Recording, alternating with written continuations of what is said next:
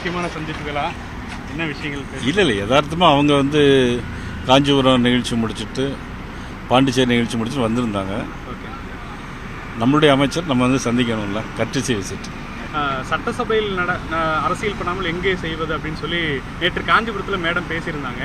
ஆனால் நீங்கள் நிறைய இடங்களில் விமர்சனம் செய்கிறீங்க, ஒரு முரண்பட்ட விஷயமா பார்க்க முடியும். எப்படி எதை சொல்றீங்க? அதாவது சட்டசபையில் விஜய் அவர்கள் செய்த அந்த செய்கையை வந்து கேள்வி எழுப்பும் போது நிர்மலா சீதாராமன் அவங்க பதிலளிக்கிறாங்க, சட்டசபையில் அரசியல் செய்யாமல் வேறு எங்கே செய்வதுன்னு சொல்லி. ஆனால் நிறைய இடங்களில் உங்களுடைய விமர்சனம் கடுமையாக இருக்குது. இல்லை, நான் விமர்சனம் கடுமையாக பண்ணலை. நான் எப்பொழுதுமே யதார்த்தமாக தானே பேசுவேன், உங்களுக்கு நல்லாவே தெரியும். நான் வந்து கடுமையாக பண்ணலை.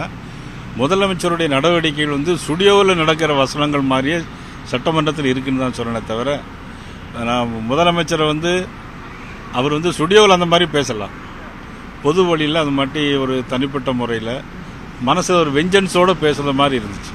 அதைத்தான் நான் வந்து விமர்சனித்தேன். ஒரு முதலமைச்சர் வந்து மனசுக்குள்ளே எந்த வெஞ்சன்ஸும் வச்சுட்டு யாரையும் பேசக்கூடாது. கூட்டணி விவகாரங்கள் தொடர்பாக பேசப்பட்டதா? ஏன்னா ஒரு சில கட்சிகள் வெளியேறிட்டாங்க பாஜகவிலிருந்து, தேசிய ஜனநாயக கூட்டணி. ஜான் பாண்டியன் வெளியேறிட்டாரு. இல்லை, கூட்டணி சம்பந்தமாக எதுவும் பேசலை, சும்மா வந்த இடத்துல கரெக்ட் செய்தார். வரக்கூடிய காலங்களில் திமுக பாஜக பேச்சு